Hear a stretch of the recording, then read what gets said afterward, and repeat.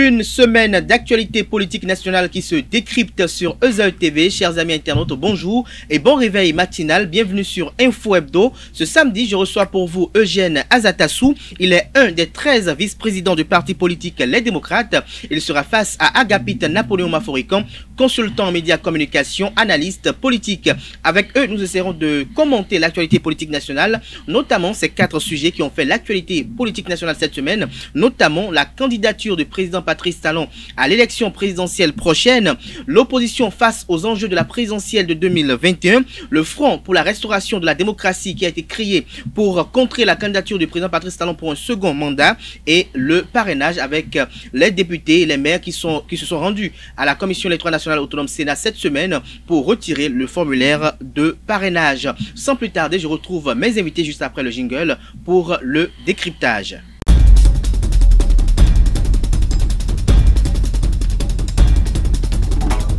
Le décryptage du jour, comme je l'ai annoncé en temps de cette émission, se fera avec vous, Eugène Azatassou. Bonjour. Bonjour. Merci d'avoir accepté notre invitation, malgré votre agenda. Merci. Agapit Napoléon Maforican, bonjour et merci d'être toujours des nôtres. C'est un plaisir.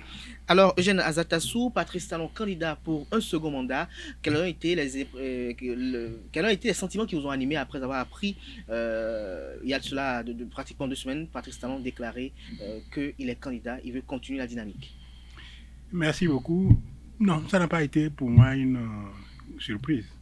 Non, parce que depuis que l'homme avait dit qu'il aviserait après l'échec de la révision constitutionnelle et puis avoir sa récente tournée sur le terrain, le contenu même des messages véhiculés, à savoir j'ai fait tout bien, c'était tout beau, j'ai fait tout beau.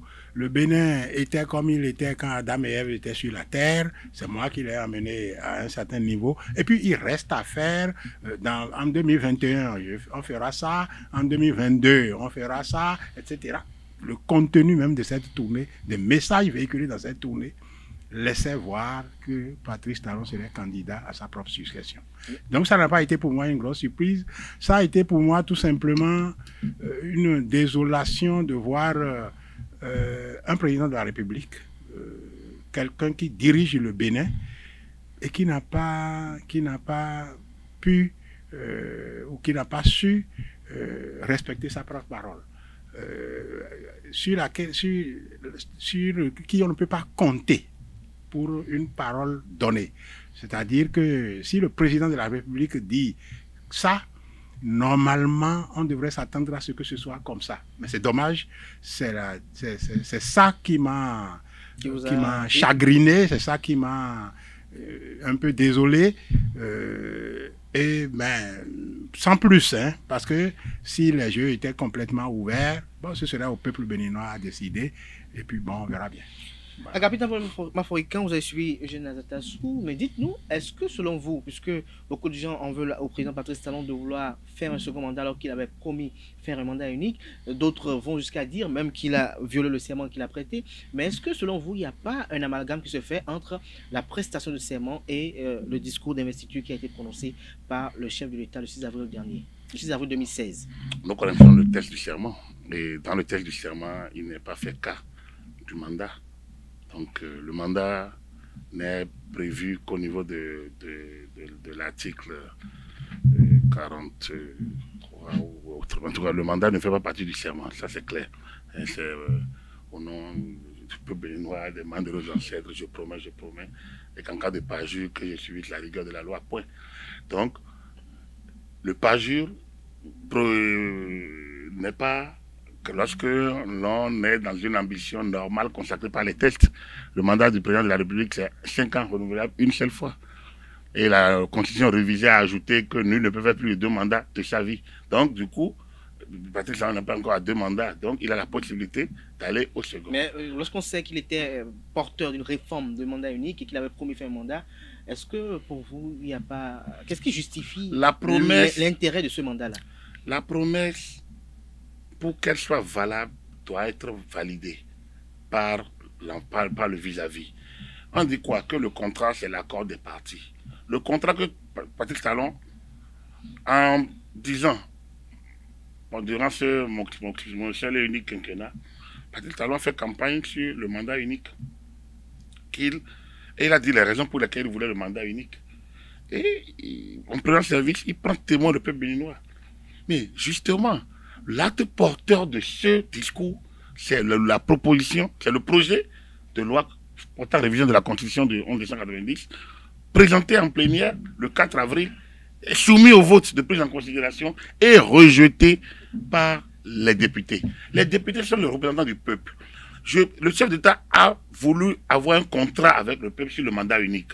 Le contrat n'est pas validé. On ne peut pas lui opposer sa parole. C'est une affaire de contrat. On ne peut pas, c'est pas un monologue. Il n'est pas allé jurer devant le Legba, il n'est pas allé faire un pacte de sang avec quelqu'un, il n'est pas entré dans une église, il n'a pas juré devant l'évêque ou bien je ne sais pas quoi, l'imam, pour dire que c'est un mandat. C'est avec le peuple qu'il a pris et qu'il a dit, voilà moi ma lecture des choses. C'est ma vision, c'est ma volonté. Et il l'exprime en action. Mais si le peuple avec lequel il a un contrat n'est pas d'accord, il n'y a pas de raison. Donc le contrat n'est pas établi. Lui, il veut, il veut. En face, on ne veut pas. Donc, il dit très bien, ce principe-là, je vais aviser. Donc, est-ce que votre affaire de mandat, j'aviserai. Et il a avisé très tôt. Il y a 15 mois, face à RFI, à France 24, il a dit, un probable renouvellement du mandat, je briguerai si des conditions sont remplies. Donc, il a donné les conditions. Donc, j'aviserai là a évolué progressivement. Il a donné les conditions dans lesquelles il pourrait briguer sa succession. Et donc, on en est arrivé à ces conditions-là. Donc, lorsqu'on pose le problème en termes de, il a donné sa parole, qui a pris acte de la parole donnée. C'est important. Est-ce que vous pensez, Eugène, que la parole donnée n'a pas été prise en considération? Non, la parole donnée n'a pas été prise en considération. Je vais vous dire, pour moi, si une personne honorable s'assoit devant moi et dit, Monsieur Azatassou, je vais vous faire ci, une personne honorable quelconque, je dis, bon, cette personne, elle est honorable, j'ai confiance, elle me fera ça. Qui plus est, le président de la République, s'il s'assoit devant moi, moi seul, hein, et il me dit, Monsieur Azatassou, je vous fais ça. Je dis, ah, si c'est le président de la République, bon. Le président Patrice Talon n'était pas obligé, après sa prestation de serment, dans le discours, de dire qu'il fera un mandat unique. Il était déjà reçu, mais il l'a dit. Il n'était pas obligé. Est-ce que ce n'était pas une volonté manifeste? Attendez, je viens. Il n'était pas obligé non plus de dire que même si la réforme échouait, que lui, à titre personnel, il ferait un mandat unique pour montrer à ses concitoyens qu'on peut faire le job en 5 ans. Il n'était pas obligé, mais il l'a dit. Et c'est le président de la République, en qualité de président de la République. Ensuite, on parle de validation. En réalité, c'est depuis le début que nous avons été dupés. Pourquoi? Parce que n'oubliez pas qu'à la seconde révision de la Constitution, il y avait la possibilité pour le chef de l'État d'aller au référendum, de consulter le peuple. Au second rejet, il y a eu 2 rejets du projet de révision de la Constitution. Il a renoncé à organiser un référendum, c'est-à-dire à consulter le peuple. Bon. Maintenant, il a eu la possibilité après de réviser la Constitution. Il avait 83 députés sur 83. Vous vous rappelez qu'ils se sont réunis en une nuit de novembre pour dire qu'ils ont révisé la Constitution. Pourquoi est-ce que d'autres choses qui étaient rejetées lors des 2 révisions précédentes ont été insérées? On n'a pas mis ça sur le compte du peuple, notamment par exemple la question de délester le Parlement de sa faculté de valider les prêts avant qu'on ne les fasse. Ça là, ça avait été critiqué et ça faisait partie au moins de la seconde et ça a été rejeté. Pourquoi ça là, ça a été maintenu? Et c'est maintenant, les 5 ans là, on dit non, c'est le peuple qui a rejeté. C'est-à-dire que Tout ce que... Donc pour vous, il n'y a pas de la matière? Non, non, non, je pense qu'on a utilisé de la ruse. Si le président de la République s'en était tenu à ses promesses à ses partisans de la rupture au début, pour dire, bon, prenez-moi, je ferai... Et si il s'en était tenu à ça, bon, on peut dire, bon, voilà, bon, il n'y a que qu'il a joué. Mais non, il n'était plus obligé, il a proclamé qu'il ferait un mandat unique. Je suppose que le président de la République est un personnage honorable. Il devait tenir à cette promesse. Il devait tenir à cette promesse. Alors, devait tenir à cette promesse. Agapit Napoléon Mafoïkan, lorsqu'on retourne un peu dans l'histoire, lorsque le chef de l'État Patrice Talon a promis le mandat unique en 2015-2016, et que dès sa prise de fonction, on avait vu après le discours d'investiture, le président comme Yahya Jammeh avait dit que, bon, qu'il n'a pas compris, il n'avait pas mesuré l'ampleur de la tâche et qu'il allait se dédier. Est-ce qu'on peut dire que le mandat unique avait été promis alors par le chef de l'État parce qu'il n'était pas encore en face des réelles réalités du pouvoir? Avant de répondre à ça, je dis simplement, si votre vis-à-vis vous fait une promesse, donnez-lui acte de la promesse. Si moi, personne ne me fait confiance, si je dis je peux faire ça en dire à toi, mon Dieu, je ne me sens libre, je ne me sens plus lié. Je ne me sens pas lié. On ne peut pas vivre en vase clos. Soit en société, soit vous me faites confiance, et je demande de quoi je suis capable, ou vous ne me faites pas confiance et je ne me sens obligé à rien. Je fais ce que je peux faire, ce que le cœur m'en dit et ce que la loi me permet de faire. Donc on n'est plus obligé d'avoir confiance. Mais vous n'avez pas confiance, la preuve. On ne doit plus avoir confiance. Quelle est cette confiance au nom de laquelle, sur quelle base la révision de la Constitution, le projet de révision a été rejeté? Tout au moins par les députés de votre camp. Sur quelle base? Quel était l'élément primordial? Quel était l'élément primordial qui a fondé le rejet de la révision de 2017? Alors que l'élément phare de ce projet de révision, c'était le mandat unique. Parce que en Afrique, alors que les gens se battent pour avoir le 3e mandat, nous nous retrouvons avec un président qui dit il faut un mandat unique. Pendant que d'autres tripatouillent. Ça vient de 10 ans. Alors que d'autres tripatouillent la Constitution, lui dit mandat unique qui ne s'applique même pas à lui. Donc ça veut dire que ça peut être même de 20 ans. À partir de ça ne s'applique pas à lui. Donc on ne peut pas dire qu'il veut tirer profit du mandat unique. C'est bien dit que ce mandat ne s'appliquerait pas même au président en exercice. Ça veut dire qu'il voulait projeter le Bénin dans une nouvelle dynamique où le président en exercice ne recherche pas un second mandat. Mais il se fait que ça a été mécaniquement rejeté parce que c'est Patrice Talon qui est en face, parce qu'on est de l'opposition, parce qu'on n'a pas lu. Michel Zadou parle du Parlement, on a délesté le Parlement, mais c'est la Constitution qui habilite le Parlement. C'est le peuple qui habilite le Parlement, c'est le peuple qui lui donne son mandat, c'est le peuple qui lui retire son mandat. Donc du coup, c'est le peuple qui crée ces institutions, c'est le peuple qui les manage, qui les retire, Donc, en la matière, on n'a même pas de leçon à faire au peuple souverain. Donc, dans le cas d'espèce, la Constitution de 1990 a prévu qu'elle peut être amendée dans les conditions données par l'Assemblée nationale. Donc, le projet de loi est allé à l'Assemblée nationale. Il y a un certain nombre de mesures phares. Ça a été rejeté. Le contrat que le chef d'État a pris avec son peuple, a promis au peuple, c'est le mandat unique. Ça, c'est un contrat qu'il a promis. Donc, il a promis ça. C'est un pacte. Le pacte n'a pas été acté par ce peuple. Coup, dès lors, le pacte n'est plus valide. Dès lors, il appartient à celui qui le propose d'aviser. C'est ce qu'il a fait. Après, les autres dispositions dont parle le chef Jatassou. Le chef d'État n'a tenté qu'une seule révision de la Constitution, c'est celle du 4 avril 2017. Les deux autres tentatives ne sont pas d'origine présidentielle, c'est d'origine parlementaire. Et donc, on ne peut pas lui opposer la preuve. La preuve, il a bien dit, pour la deuxième tentative, que lui, il n'était pas demandeur. Donc, c'est les autres, c'est les anciens présidents de l'Assemblée nationale qui ont porté le projet. Mais il a pris.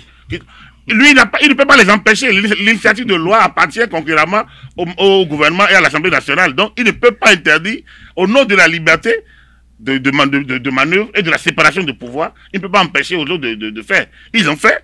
Ils ne sont pas allés au bout. Donc, n'étant pas d'initiative présidentielle, organiser un référendum aurait été une sorte de d'usurpation de fonction. Il n'est pas demandeur. Non, un instant, il faut que je termine. Il n'est pas demandeur. Donc, à partir du moment où ce n'est pas lui, ne pas aller au référendum est la suite logique qu'il fallait donner à cette deuxième tentative. La troisième tentative, c'est également d'origine parlementaire. Et donc là, les parlementaires ont mis le mandat unique n'est pas leur, c'est pas leur attente, eux. Ça, c'est l'engagement du président de la République. La troisième tentative n'est pas d'origine présidentielle. Donc on ne peut pas lui dire, il n'a pas mis ça dedans. Je pense qu'il ne faut pas qu'on charge le chef de l'État des actes des autres. À la matière, il a pris un compte, il a proposé un pacte, il a mis dans sa révision, dans son projet de 2017 porté par le professeur Djobouenou, alors ministre de la Justice, ça n'a pas porté et il a fermé cette page. Après, que les parlementaires de son camp ou pas de son camp, lui, ils ont fait de nouvelles initiatives. La première n'a pas marché, la seconde a marché, et on y va là. Donc, je pense qu'il faut qu'on ferme cette page il faut qu'on ferme cette page de mandat unique. Parce que ce n'est pas un élément fondamental. La Constitution permet au chef de l'État de briguer. Seul le peuple choisit qui va le diriger. Dans la matière, il faut qu'on évolue sur des questions plus sérieuses. Alors, aujourd'hui, Patrice Talon, il est candidat. Vous appartenez à l'opposition politique au régime Talon. Quelle est l'organisation qui se fait au sein de cette opposition? Oui, avant d'en arriver là, je voudrais dire l'histoire est trop récente pour qu'on lui prête ce que mon ami Agapit est en train de lui prêter là. Non, la réforme phare même de la première révision de la Constitution, c'était pas le mandat unique. C'était c'était un dépaissement institutionnel. Vous comprenez? Parce qu'il disait que le président de la République était trop surpuissant et que l'exécutif était surpuissant et qu'il fallait faire... Par exemple, le Conseil supérieur de la magistrature, c'était un point important. Mais vous voyez comment il est composé là. Non, je pense que... Il n'était pas mieux composé, hein? Non, il était mieux composé que ça, s'il vous plaît. Il était mieux composé. Mais ce n'est pas ça. Je ne veux pas revenir en arrière tout le temps. Ce que je veux dire, c'est que dans ce domaine, comme dans beaucoup d'autres, on a été dupé. Proprement. Aujourd'hui, il est candidat. Il est candidat. Très bien, il est candidat. Mais je considère que cette candidature nous a... Un des membres influents de FCBE, aujourd'hui vous êtes au sein de Les Démocrates. Oui. Alors, quelle est l'organisation aujourd'hui pour l'élection présidentielle prochaine? Puisque vous estimez que Patrice Talon ne fait pas bien, Patrice Talon n'est pas quand même exemplaire selon vous. Alors quelle est l'organisation en votre sein en tant qu'acteur politique pour que vous puissiez inverser la donne selon vos aspirations? Non, l'organisation que nous mettons en place en tant que parti politique, en tant que les démocrates, c'est d'abord une implantation de notre parti au niveau national. On est dans la mise en place des structures, c'est presque fini un peu partout, sauf à divers endroits, mais on s'en occupe. Ensuite, on a travaillé au regroupement de l'opposition, c'est en cours aussi. Bon, mais tout ça, c'est l'organisation... Conformément aux textes et lois de la République. Oui, c'est conformément aux textes et lois de la République, c'est l'organisation normale. Mais on a toujours été conforme aux textes et lois de la République, s'il vous plaît. Bon, mais parfois, on nous a empêchés arbitrairement de rester conformes. On ne va pas revenir sur ce débat, ou on reviendra si vous voulez. Mais c'est comme ça. On a toujours, quand bien même les lois sont complètement tordues, sont chrysogènes et tout ça, bon, nous avons toujours essayé de nous conformer aux lois de la République. Et nous sommes arrivés un certain nombre de fois. Heureusement que cette fois-ci, avec toute la pression qui était faite, bon, ça a semblé marcher avec notre récépissé. Bon, mais donc, pour répondre à votre question, oui, notre organisation, c'est notre organisation en tant qu'organisation politique. Maintenant, notre combat pour l'immédiat, c'est la restauration de la démocratie et de l'état de droit. C'est le combat que nous menons, parce que sans cette démocratie et sans cet état de droit, il ne saurait y avoir d'élections transparentes, inclusives et équitables. Transparente, inclusive et équitable. Il ne saurait y avoir cela. Et tout ce qui est mis en place là, oui, ça n'augure pas. Je reviens, Eugène Azatassou. Agapit Nablo-Marouikan, dites-nous quelles sont les chances disponibles pour l'inclusivité de ce scrutin? Non, M. Adatosu parle de restaurer la démocratie. Mais il est là en face de moi, il parle. Dans un système qui n'est pas démocratique, il n'aurait jamais eu cette chance. Dans un système qui n'est pas démocratique, son parti n'aurait jamais eu le récépissé. Parce qu'on ne l'aurait pas, on ne lui aurait même pas permis on ne leur aurait même pas permis de se regrouper avant même de postuler à avoir ces récépissés-là. Dans un système qui n'est pas démocratique, il n'aurait même pas à parler du chef de l'État comme il est en train de le faire et rien ne lui arriverait. Et lui, il a encore de la tenue parfois. Il y en a qui vont à volo et pourtant ils circulent librement. Donc, dire qu'il veut restaurer une démocratie, c'est à la limite qu'ils veulent défoncer une porte déjà ouverte. Mais quelles sont les opportunités? Ce serait d'abord, ils vont déployer leur énergie. De participer au non, le problème c'est qu'ils déploient leur énergie là il fallait pas. On ne peut pas faire ce débat sans repasser. On n'a pas eu de mandat unique. Pourquoi ils ont rejeté la révision de 2017? Ils ne peuvent pas vous donner une raison valable. Pourquoi ils n'ont pas participé? Pourquoi ils parlent de lois tordues? Les lois présumées tordues ont été la plupart votées dans un parlement dans lequel le patron des démocrates était vice-président. Éric Rondeté. C'est quand il était vice-président de l'Assemblée nationale 2015-2019. Donc, il a participé activement, après avoir passé son temps à faire tellement de questions orales, à Yahi, il a participé activement à la mise en place du bureau de l'Assemblée nationale 2015-2019, et il a participé activement au vote des lois votées à l'unanimité et pratiquement à une voix pour le code électoral et l'achat des partis. Pourquoi à l'œuvre il y a eu des difficultés? Il a participé au comité paritaire, il a signé on ait des lois dérogatoires pour que tout le monde aille aux élections. Pourquoi il est revenu sur sa signature? Pourquoi? Il n'a pas dit. Et aujourd'hui, on dit qu'on a utilisé de la ruse. Moi, je ne vois pas. C'est l'opposition qui a joué à s'exclure. Et il ne faut pas qu'elle joue encore à s'exclure. Voilà. J'en viens. Parce que si on ne fait pas ça, on risque de... Il y a un point de départ à tout. C'est le fait que l'opposition, précédemment FCBE, aujourd'hui divisée en deux, dont les démocrates, c'est le fait qu'ils ont refusé de se mettre à jour des nouveaux textes. Des textes auxquels ils ont activement contribué à voter. Donc, à partir de ce moment-là, c'est eux qui ont brisé le contrat. C'est de prendre l'État comme... L'État de droit, c'est force reste à la loi. Dans un État de droit, la primauté du droit, c'est la primauté des textes. Or, il se fait que les textes sont votés et le président charismatique descend pour affronter les textes, pour défier l'autorité de l'État. Ça pose un problème aussi. Donc, l'État de droit, il faut déjà commencer par l'essayer, par l'expérimenter. Et surtout, lorsqu'on l'a exercé et on a fait régner l'ordre, il ne faut pas que vous défiez l'ordre. Voilà un peu les préliminaires, les préalables avec lesquels l'opposition n'a pas toujours été en harmonie. Donc, du coup, pour l'élection présidentielle prochaine, vous demandez... Quelles sont les opportunités, les chances pour que l'opposition puisse participer à ce scrutin? Lorsqu'on sait que l'opposition, en dehors de FCBE, qui a quelques maires, n'a pas le nombre d'élus requis pour avoir le parrainage. C'est là une erreur de lecture. C'est là, je dis toujours, nous devons savoir de quoi nous parlons. L'élu n'est ni d'opposition ni de la majorité. Un élu représente le peuple. Le peuple n'est ni opposant ni mouvancier. Il y a cela quelques jours, l'Union progressiste qui a sorti un communiqué pour recommander à ses élus de soutenir que des candidats soutenus par des formations politiques. L'Union progressiste n'est pas le peuple. Le peuple n'est ni opposant ni mouvancier. Le peuple est souverain. Il est au-dessus de tout. Et l'élu représente le peuple entre deux élections. Et l'élu parlementaire ne reçoit pas de mandat impératif. Il faut que nous soyons, si on est sur le même terrain, nous devons être d'accord sur les concepts. Pour moi, je dis toujours, les articles 3 et 4 de la Constitution nous disent qui est le peuple et comment il se présente. Le peuple, il est le souverain. Aucun groupe, aucun parti, aucune association ne peut lui dicter quoi que ce soit. Le peuple exerce sa souveraineté à travers ses représentants élus ou par voie de référendum. Donc, s'il n'y a pas de référendum, il y a les élections. Les élections permettent au peuple de désigner ses représentants entre deux élections. Les représentants du peuple, c'est les parlementaires, les députés et les élus communaux. Donc pour vous, il n'y a pas de restriction. Donc la Constitution a prévu parrainage. Pour vous, il n'y a pas de restriction. La Constitution a prévu parrainage.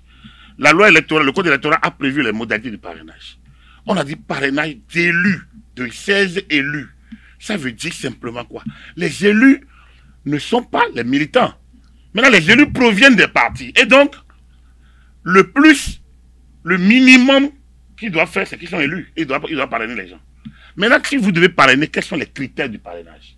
En dehors des critères que la loi a fixés, ils viennent des partis politiques. Les partis ne donnent pas des lois, ils donnent des directives. Les directives n'ont aucune force de loi. Ils sont des recommandations.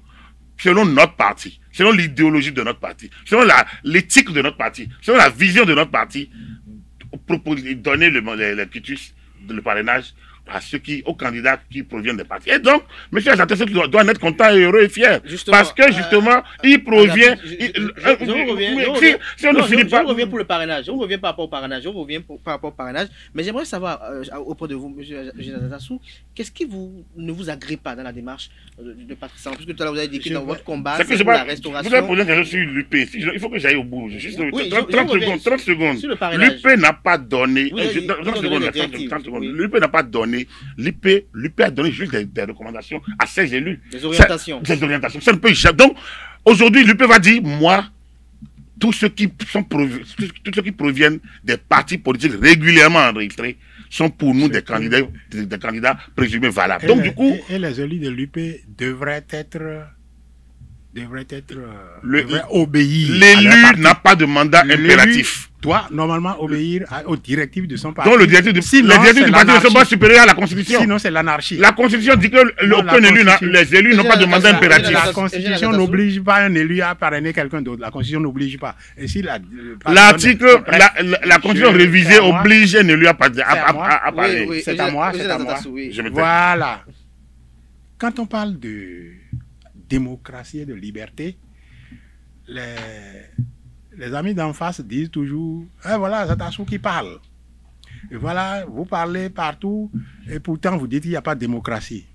Je vais vous prendre deux anecdotes. Oui. Quand vous prenez un voleur, il a volé et tout le monde crie olé, olé, olé. Et dans la foule, vous montrez un bien privé. Vous dites non, le bien privé est là, mais il n'a pas volé. Mais non. Est-ce que ce pour lequel il crie là, il a volé ça? C'est ça le plus important. Donc, pour être un voleur, il ne faut pas voler tous les biens privés à sa disposition. Il faut en voler un ou plusieurs, mais pas tous. Vous comprenez? Mais est-ce quand vous êtes... Je prends le deuxième. Oui, un deuxième exemple. Quand on dit « Ah, la vieille là, c'est une sorcière », toi, tu montres un enfant qui gambade, tu dis bah, « Pourquoi il n'a pas mangé? Elle n'a pas mangé depuis. » Non. Elle a peut-être mangé un d'entre eux ou deux d'entre eux, mais elle n'est pas encore arrivée sur celui-là. Non. Aujourd'hui là, si vous prenez la question des libertés de presse, je suis sur la presse, je suis avec vous dans la presse. Je vous remercie de m'avoir invité pour pouvoir équilibrer. C'est tout à votre honneur de vouloir m'inviter pour équilibrer. Mais il y a eu beaucoup d'autres votes pratiques en direction de la presse qui montrent que la question de la liberté de presse se pose aujourd'hui. Est-ce qu'on sait aujourd'hui qui a brouillé Soleil FM? On ne sait pas. On n'a pas établi ça. Mais est-ce vous comprenez? Est-ce qu'à un moment donné, vous n'avez pas l'impression que vous êtes trop conservatiste et que vous n'avez pas l'envie d'évoluer? Parce que lorsqu'on entend un peu ceux qui soutiennent le régime actuel, ils disent que la démocratie doit évoluer, la démocratie doit s'adapter aux réalités du moment. Voilà, la démocratie doit s'adapter aux réalités du moment. Mais c'est une grosse supercherie de se faire élire sous une forme de démocratie et de la faire évoluer sans retourner au peuple qui décide de l'évolution de la démocratie. C'est une grosse supercherie. Et ça, on ne peut pas accepter. Parce que tout le monde peut prétester du développement de si pour dire, bon, moi, tous ceux qui respectent, je les mets sous parce qu'ils empêchent de développer. On peut dire ça. Tout le monde peut dire ça. C'est une très grosse supercherie que de se faire élire, de revenir d'exil, de se faire élire parce qu'il y a une forme de démocratie qui prévaut et maintenant d'étouffer cette forme de démocratie en disant qu'il faut évoluer. Non. Si on doit évoluer, je suis d'accord, la démocratie va évoluer, les libertés et tout ça, mais il faut retourner au peuple qui vous a conféré. Il faut retourner au peuple qui vous a conféré. Bon, je viens sur la question des lois qui ont été votées et auxquelles je vous dis que, par exemple, pour l'obtention de notre récépissé en tant que parti FCBE avant avril, de notre certificat de conformité avant avril 2019, pour l'obtention, au bout du compte, il ne restait plus rien à faire. Il ne restait plus rien. Et plus rien n'a été fait en plus pour que le parti FCBE, où on a attrapé quelques gugus, et à qui on a bien voulu donner récépissé, rien n'a été fait en plus. Autre que faire un congrès et enlever ceux qu'on ne veut pas de la tête du parti. Vous comprenez? Est-ce que ça ne faisait pas partie des recommandations du ministère de l'Intérieur? Non. Ça ne faisait pas partie des recommandations. Il n'y restait plus rien à faire. Le ministère de l'Intérieur s'est tué. Aujourd'hui, Eugène Azatassou. Oui, attendez. Il y a eu la C'est création, pour dire que... Il y a eu la création aujourd'hui du Front pour la oui. restauration de la démocratie et de l'état de droit aujourd'hui. Oui. Ce front qui est créé par les forces politiques de l'opposition, est-ce que vous croyez véritablement à son efficacité lorsque l'on se réfère à un passé récent où il y a eu des alliances, des coalitions qui ont vu le jour pour porter un candidat au pouvoir, mais dont cela n'a pas véritablement été fructueux? Oui, non, bon, ça je comprends très bien que la question des alliances, si on suit l'histoire effectivement...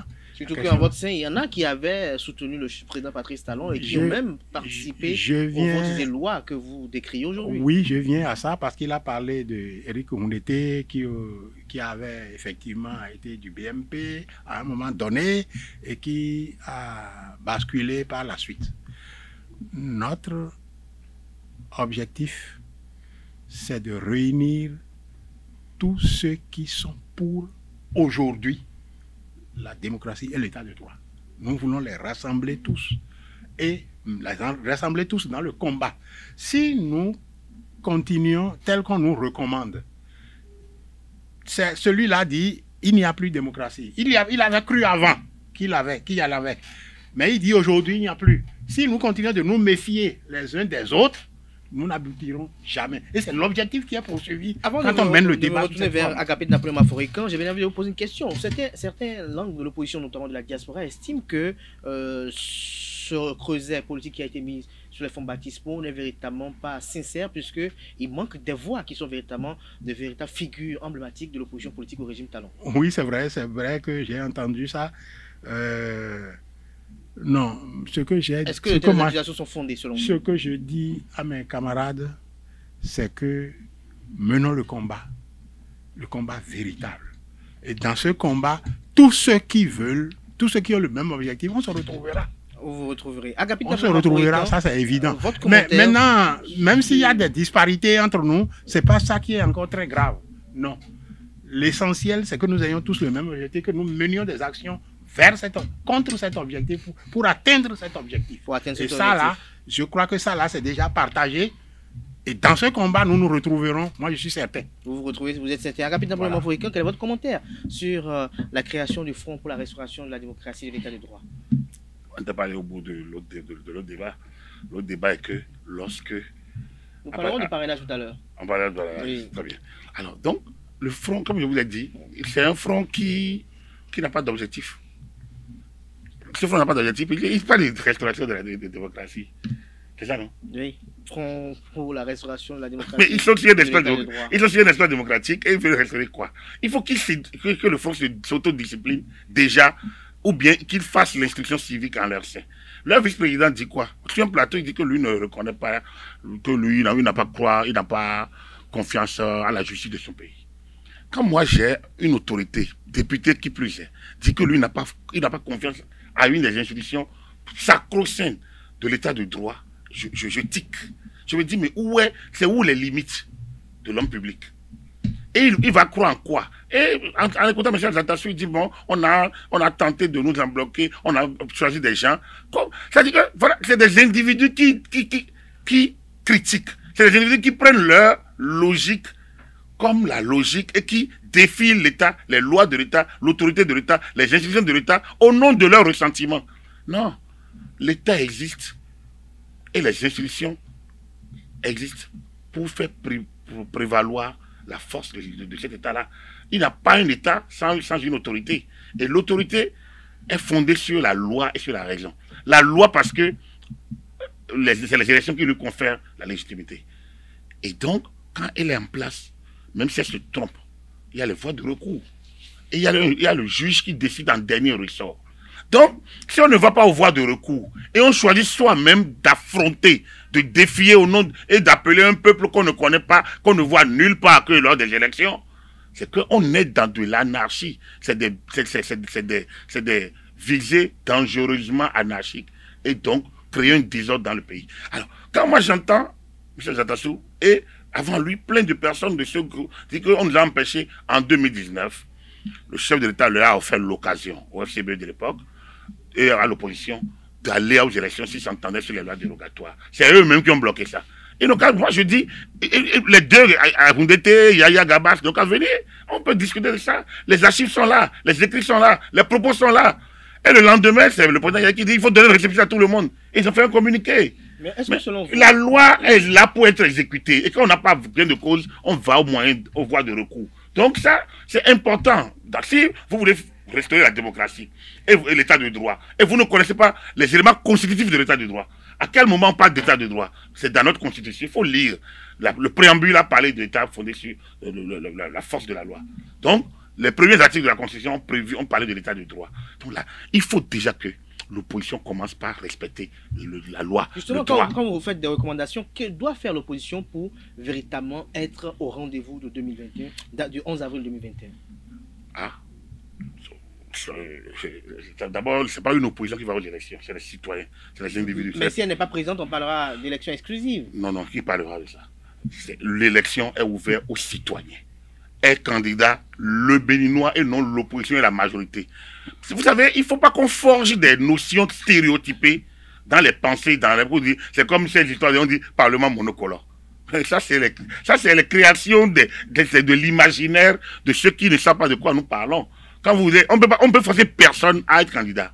Et on ne peut pas forcer personne à aller voter. On crée les conditions pour que ceux qui doivent aller voter aillent voter, et que ceux qui ont envie d'être candidats soient candidats, mais qu'ils respectent un certain nombre de conditions. Donc si des personnalités se réclamant de l'opposition veulent aller aux élections, il ne leur reste qu'à aller chercher le parrainage d'élus. Non, enfin, constituer leur dossier, et il y a un certain nombre de dossiers quand même. Constituer le dossier, parce qu'il y a 10. Ce que la Sénat a sorti, il y a 10 pratiquement. Mais je pense que la pièce, le dossier, la pièce qui fait polémique, c'est celui du parrainage. Et donc, pour moi, il leur appartient simplement de suivre peut-être la voie tracée par l'UP. L'UP a donné assez, comme je vous l'ai dit, la loi n'a pas prévu, la loi a prévu le parrainage d'élus. L'UP a orienté ses élus sur le champ des élus, des candidats qui sont soutenus par des partis politiques. Aujourd'hui, il me semble que les forces dites de l'opposition, il y a au moins ou 2 partis qui se sont conformés à la nouvelle législation. Donc, ils sont partis régulièrement enregistrés. Il leur appartient pour faire... Ils savent que le peuple est avec eux, mais ils n'ont qu'à remplir les conditions pour affronter le président Talon à l'élection. Donc c'est tellement simple. Le peuple sera l'arbitre après le vote. Donc, au lieu de chauffer, au lieu de faire comme on fait avant le match, on dit on va vous gagner. Mais allez sur le ring, allez sur le terrain et que le match commence. Avant d'en venir au parrainage, dites-nous pourquoi, lors de la création du Front, pourquoi vous n'avez pas fait appel au FCB? C'est un parti politique de l'opposition également.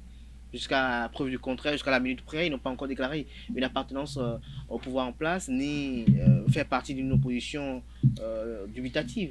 Non, nous avons pris sur nous de prendre contact avec tous ceux que nous pensions être dans nos objectifs.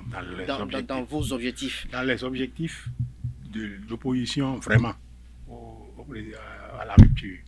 Et par conséquent... Est-ce que vous insinuez qu'il y en a qui ne sont pas vraiment dans l'opposition? Oui, il y en a qui se disent opposants et qui ne sont pas vraiment dans l'opposition. À la rupture, il y a quelques exemples qu'on peut citer, mais ce n'est pas la peine. C'est pas la peine, puisque nous allons parler du parrainage. Nous allons parler du parrainage. Mais, ça dit que je dis et je martèle qu'en avril 2019, on nous a arbitrairement empêchés d'aller aux législatives. Demandez à votre secrétaire général, demandez à votre secrétaire général, Éric Houndété, pourquoi il a renié sa signature, qu'il a apposé au bas des lois, des propositions de loi dérogatoires. C'est important. C'est un carrefour. Attendez. Oui, donc vous êtes en train de dire, monsieur Maforican, que c'est parce que les lois dérogatoires ont été rejetées qu'on nous a empêchés. Vous n'avez plus postulé. Donne le certificat de conformité. Non, du tout. On avait fait tous les dossiers. Ensuite, on a la chronologie. Pour ne pas laisser ça dans la mémoire des téléspectateurs et des auditeurs, vous savez, le président de la République nous a dit: allez vous entendre au Parlement. Exactement. Mais il sait. Donc vous lisez dans sa tête. Mais non, c'est évident qu'il y avait une soixantaine de députés qui étaient là-bas et qui ne souhaitaient pas avoir l'opposition. Et pourtant, ils ont participé. Pourquoi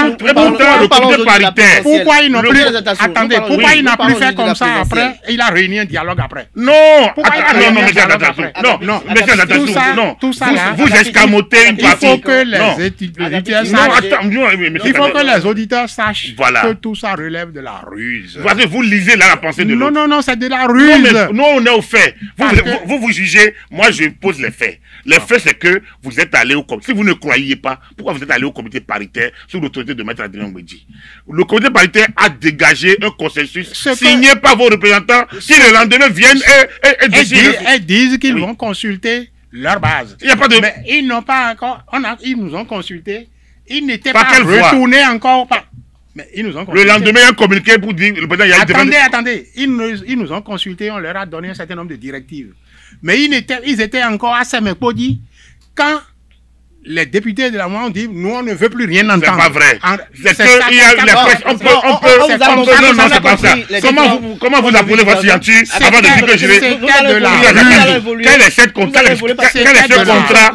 contrat qu'on fait? On appose la signature et on dit: mais là, j'irai continuer ma base. C'est ça le jeu de dupe. Aujourd'hui, je pense que l'opposition ne voulait pas aller aux élections. C'était le système de la terre brûlée. Même avec ça.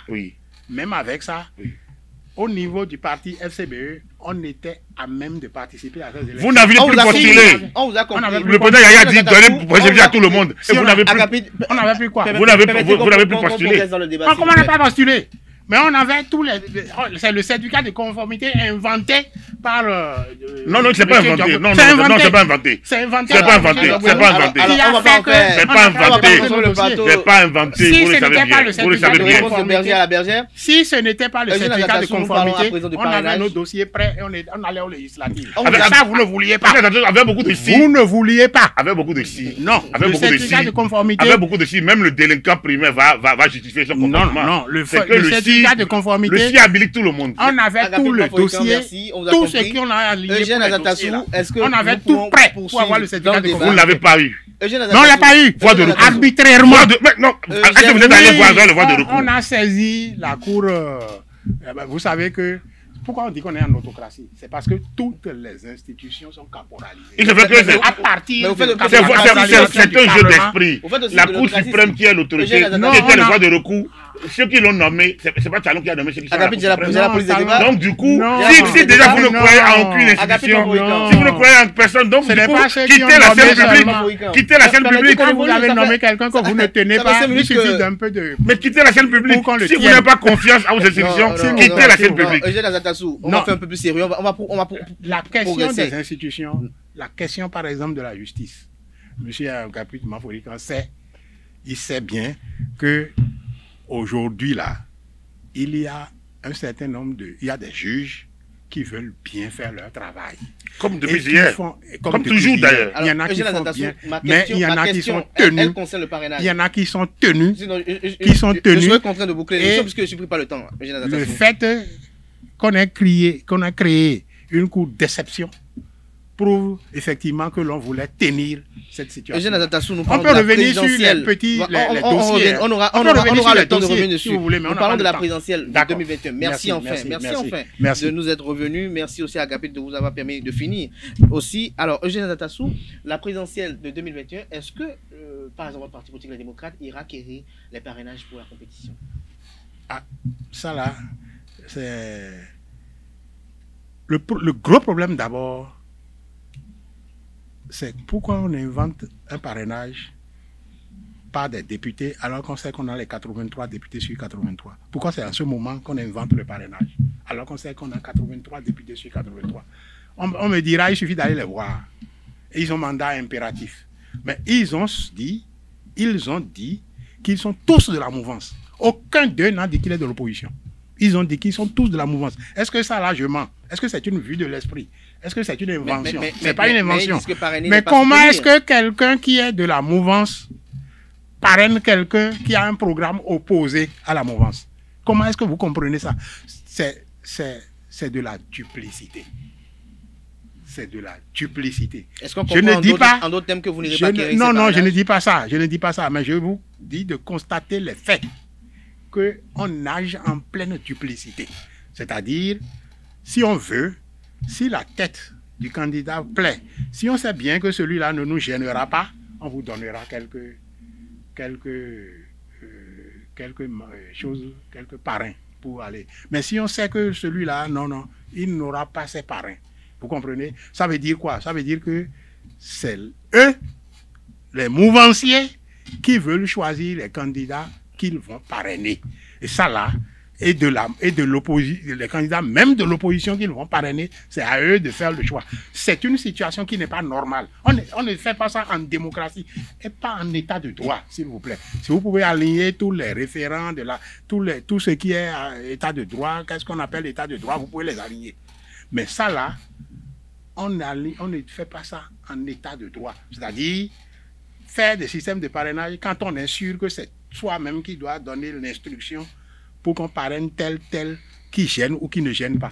Ça ne se fait pas en démocratie. Ça ne se fait pas dans l'état de droit. Alors, et ça, il faut qu'on bannisse ça. Vous avez suivi, on travaille à bannir ça. Voilà. Merci d'avoir gagné. Pas le parrainage en soi. Mais ça là, faire semblant de faire démocratie, dire, moi j'ai 83 députés, maintenant c'est parmi mes 83 députés que vous allez choisir les parrains.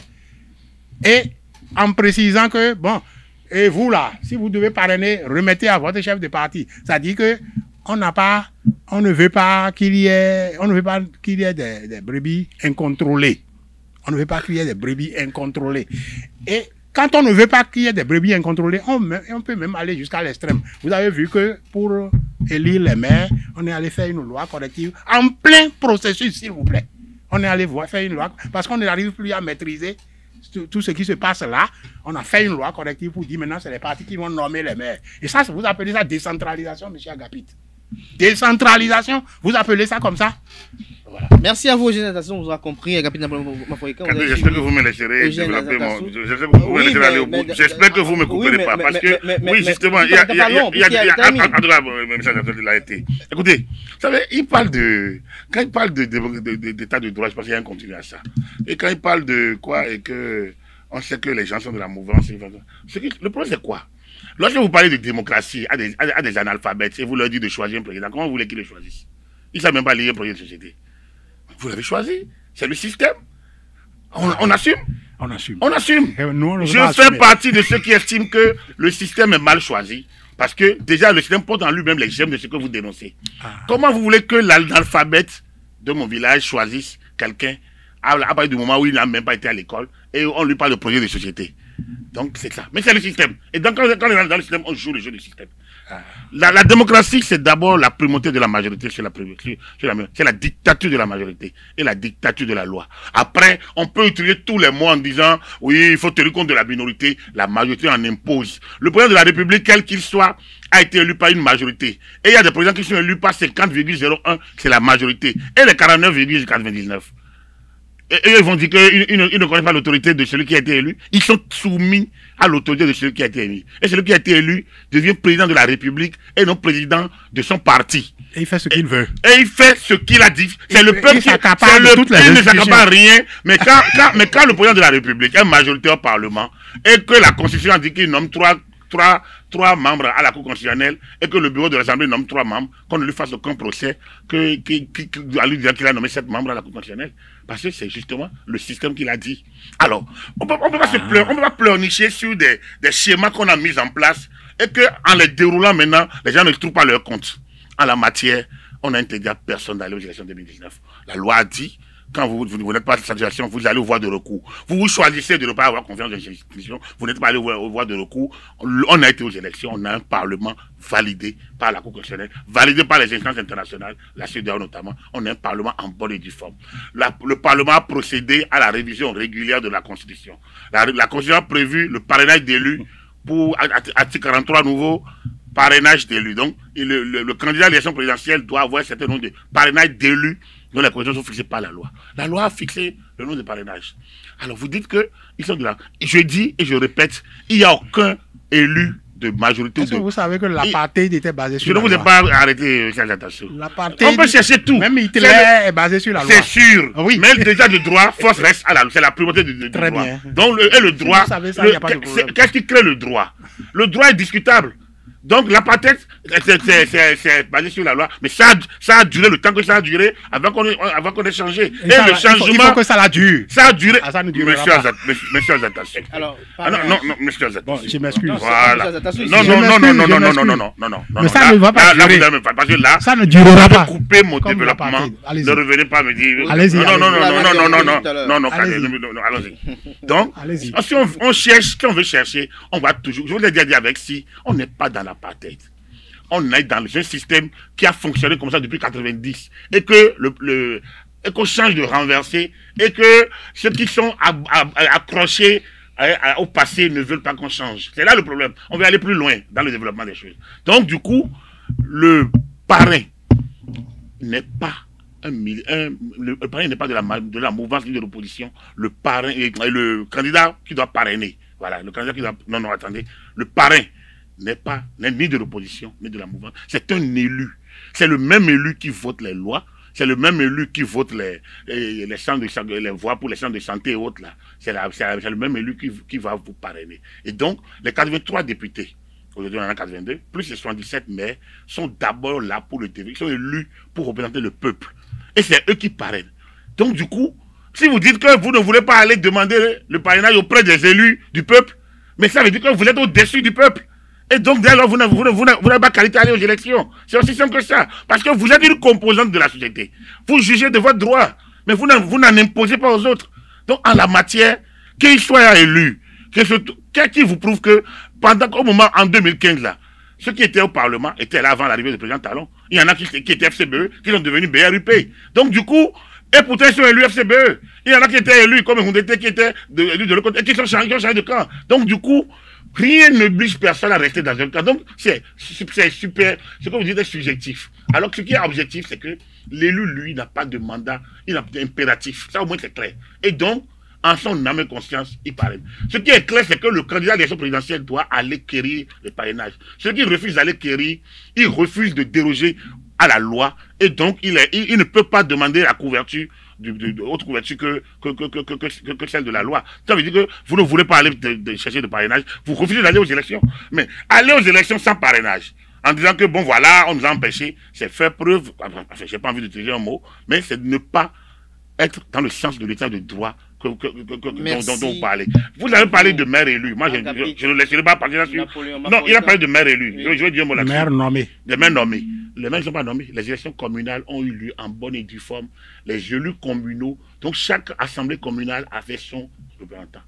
La force, l'esprit de la loi, c'est que c'est le parti majoritaire qui désigne le maire. Et à partir du moment où il y a pagaille sur le terrain, il y avait deux possibilités. Soit on laisse le contentieux, soit ceux qui ont fait la loi reprécisent le contenu de la loi. Moi, j'aurais opté pour le contentieux. Moi, absolument, j'aurais opté pour le contentieux. Eux, ils ont opté C'est eux qui ont le pouvoir de le faire. Ils ont opté pour la précision. Donc, du coup, les maires ne sont pas normés. Les maires proviennent du parti majoritaire qui a gagné les élections, du parti qui a gagné les élections communales au sein de chaque assemblée communale. Donc, en la matière, il faut que ce soit compris. Que ce soit créé et je finirai quand même pour dire, M. Zatassou, si vous voulez, si vous voulez battre, si vous pensez que le peuple est avec vous, si vous pensez que le président Talon est rejeté, et le président Talon n'a pas fait ce qu'il a dit, le peuple est fâché, c'est l'occasion. Tout au moins, ça vous coûte quoi quand l'UP vous a déjà facilité la vie en disant, il n'a pas dit, donnez aux mouvanciers, il n'a pas dit donner à ceux qui disent que Talon est bon, il a dit donner aux candidats soutenus par des partis qui sont enregistrés. Ça veut dire que le DUD est enregistré, les démocrates sont enregistrés, c'est les deux qui font partie de votre front là. Alors, les deux fronts ne sont pas pro-Talon. Pourtant, leurs candidats, s'ils demandent des parrainages à l'UP, aucun élu ne peut dire non, puisque le communiqué de l'UP n'a pas dit que c'est ceux qui sont proches de Talon. Donc, vous tirez à terre en refusant, l'UP vous a dressé le chemin. Nous sommes presque à la fin, pour ne pas dire nous sommes à la fin de cette émission. Vous allez nous livrer vos espérances pour la présidentielle prochaine. Non, merci beaucoup. J'ai suivi le raisonnement. Et c'est un raisonnement théorique malheureux, parce que un raisonnement qui ne tient pas compte de la situation réelle. Et la situation réelle, c'est laquelle? La situation réelle, oui, c'est que les élus, par exemple par rapport au parrainage, les élus sont des gens de conviction. On peut les créditer d'une certaine conviction, à moins qu'ils n'en aient pas. Et donc, si vous me dites qu'ils n'en ont pas, alors là, je pense que, bon... Apparemment, M. Zatassou place les élus au-dessus du peuple. Vous aurez l'honneur de conclure. Oui, mais apparemment, vous placez les élus, leurs convictions, vous les placez au-dessus du peuple. Ce n'est pas le peuple qui parraine. Ce n'est pas le peuple, c'est les élus qui parrainent. C'est le peuple, ils représentent le peuple. Ah bon, d'accord, très bien. Ils représentent le peuple. Mais on a vu comment, dans quel... Nous sommes presque à la fin. Ceux-là sont désignés... Ou bien alors vous révisez même tout le système, parce que c'est ça le socle même de notre... Ils sont désignés à 27%, si, à la limite. À la limite. Ils sont désignés à 27%, c'est le peuple ça? Il est où le peuple, je ne peux pas le temps. Quand vous dites qu'il n'existe pas, et pourquoi quand on lui fait appel, vous... Non, j'ai dit le peuple existe lors des élections. Et après les élections, ils sont mandés avec les élus. Il a confié, on est dans une démocratie représentative. Et donc, le peuple s'exprime par les élus et de temps à autre lors des référendums ou des votes. Ce que je voudrais dire, c'est que nous sommes en train de nous acheminer vers des élections où les différentes mesures qui sont prises n'augurent pas d'élections inclusives. Vous comprenez? Et il est peu probable que ce soit ces élections qui résolvent le problème de démocratie au Bénin. C'est pour cela que moi j'en appelle au peuple pour qu'il reste vigilant, pour qu'il se tienne prêt pour essayer de protester par tous les voies légales et pacifiques qu'il peut, pour dire qu'ils ne sont pas pour ce qui est en train de se mettre en place. Parce que c'est vrai, on a parlé de lois, c'est des lois et tout ça, mais j'ai déjà dit que même les dictatures les plus féroces sont basées sur la loi. Le PRPB avait la loi fondamentale et pourtant il a été vaincu. Le PRPB... Qui l'a vaincu? Qui l'a vaincu? C'est le peuple béninois. Vous allez conclure. C'est le peuple béninois qui l'a vaincu. Le peuple béninois n'est pas notre... C'est le peuple béninois qui l'a vaincu. Quel peuple béninois l'a vaincu? C'est la banqueroute de 89 qui a fait... Et c'est les jeux des intellectuels que Kérékou appelait tarés dépaysés. La preuve, depuis 90, qu'est-ce qui a changé fondamentalement? Laissez le PRPB à sa place. Laissez le PRPB à sa place. Parce qu'au moins, ce qu'il animait avec tellement de conviction, il ne joue pas au jeu de la ruse. Non, je ne conclue pas. Non, on a sorti du débat, on a quitté le débat. On n'est pas. Parce que la loi, on peut tout. En disant que la partie, c'est ça veut dire que vous ne connaissez pas. Donc, du coup, quelle est la loi SED? Elle vient d'où? Donc, merci à vous, voilà, quelle est la loi Agapit SEN? Napoléon Elle vient Mafourican. d'où? La loi SEN, Merci Elle à est vous également. une révision de la Eugène Constitution, Azatassou. notamment comme ça, là, n'est pas une révision Merci saine. à vous, J'ai connu- Eugène Azatassou. Très Je rapidement, demande encore, poursuivez à ce encore que dans votre conclusion. Très rapidement. l'ensemble du peuple ne se laisse pas distraire par tout ce qui se passe. Qu'il sache que toutes les avancées qui ont été obtenues, l'état dans lequel se trouve la démocratie et qui apparaît comme une démocratie au vu de mon ami là, c'est à cause de sa vigilance. S'il accroît sa vigilance, il obtiendra plus de démocratie et plus de liberté encore. Plus de démocratie, de liberté. J'espère Voilà. que Agapit Napoléon Mafourican sera aussi concis que Eugène Azatassou. Moi, je demande à l'opposition simplement de monter sur le terrain, sur le champ de la bataille, et que le combat ait lieu dans une ambiance de fête. Si c'est qu'affaire de parrainage, l'UP a déjà balisé le chemin, aller quérir le parrainage, demander simplement aux élus UP, ils n'ont même plus autre chose à dire que de vous donner, puisque le parti leur a montré le chemin. La plus grande formation politique qui a le plus ils vont vous grand nombre d'élus. donner le parrainage. Vous êtes deux partis, ils ont la possibilité de faire au moins 5. Ils ont la possibilité de faire au moins 5 candidats. Donc ça veut dire qu'ils ont 16 fois 5 au moins d'élus qu'ils peuvent donner. Donc, allez quérir le parrainage et qu'on aille aux élections, que chacun bâtisse son argumentaire et que le peuple ait le choix réellement entre les projets de société. Voilà. Merci à vous, Agapit Napoléon Mafourican. Je rappelle que vous êtes consultant, média, communication, analyste politique, chroniqueur politique également. Vous étiez face à Eugène Azatassou, l'un des fidèles de l'ancien président Thomas Boniaï, l'un des vice-présidents du parti politique Les Démocrates. Merci à vous, chers amis internautes, pour l'attention. Merci pour l'amour que vous nous témoignez en suivant cette émission à travers également vos commentaires et autres. On se retrouve samedi prochain pour notre numéro de Info Hebdo. Portez-vous bien et prenez le rendez-vous demain dimanche pour l'inviter avec Maître Abraham Zizidoukoui.